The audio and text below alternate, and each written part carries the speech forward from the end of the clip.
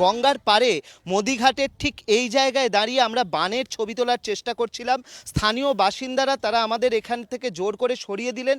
যদি না আমরা সরে যেতাম তাহলে কি ভয়ানক অবস্থা হতো তা কল্পনারও অতীত। তার কারণ বানের জল যখন ঢুকলো প্রায় এই জায়গাটা ধসিয়ে দিয়ে একটা ছোটোখাটো সুনামির মতো প্রায় মাথার ওপর দিয়ে তার ঢেউয়ের ঝাপটা বেরিয়ে চলে গেল এবং পরপর জল বাড়তে শুরু করলো এই অঞ্চলে।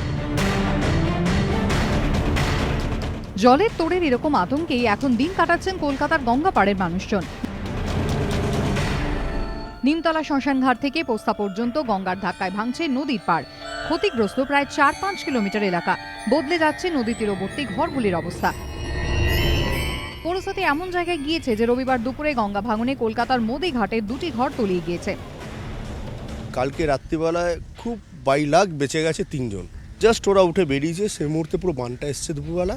বানটা আসলো, এসে ঢুকলো, ধাক্কা লাগলো, লাগার পরে 2টো ঘর পুরো হুড়মুড় করে ভেঙে পড়লো। ভাঙনের জেরে গঙ্গা তীরবর্তী বাড়িগুলিতে ফাটলও দেখা দিচ্ছে। আতঙ্কে কাঁটা হয়ে আছেন এলাকার বাসিন্দারা। এখন আমাদের এরকম অবস্থা না খেয়ে মরতে হচ্ছে। ভগবান আমাদের কি করে দিয়েছে, কেউ কিচ্ছু করছে না। আর এখানকার যেসব নেতারা আছে কেউ দেখছে না। बहुत तेज का पानी आता है, ऊपर तक हम लोग सब कोई भाग जाते हैं। घर सब टूट के गिर जाता है आसपास का घर। এখানে পুরসভার একটি পার্ক ছিল, কিন্তু সেটাও চলে গিয়েছে গঙ্গার গ্রাসে। যে কোনো দিন তলিয়ে যেতে পারে এই ব্যায়ামাগারও। বন্দরের এই শেডের মধ্যেও গঙ্গার জল ঢুকে যাচ্ছে। আগে যা দেখেছি তার থেকে দিনের দিন মানে আরও ভেঙে চলে আসছে এদিকে। আমরা এখানেই থাকি, আমরা সবসময় আতঙ্কে থাকি যে কোন সময় হয়তো আমাদের বাড়িটা ভেঙে পড়ে যাবে। ভাঙন রোধে কোনো কাজ না হওয়ায় এই অংশে ভাঙন আরো ভয়াবহ চেহারা নিয়েছে। এজন্য মূলত 3টি কারণকে দায়ী করছেন নদী বিশেষজ্ঞরা। বর্ষায় মাটি নরম হওয়া, নদীর জলস্তর বেড়ে যাওয়া এবং পূর্ণিমা থাকায় জোয়ারের জলের বেগ বাড়া।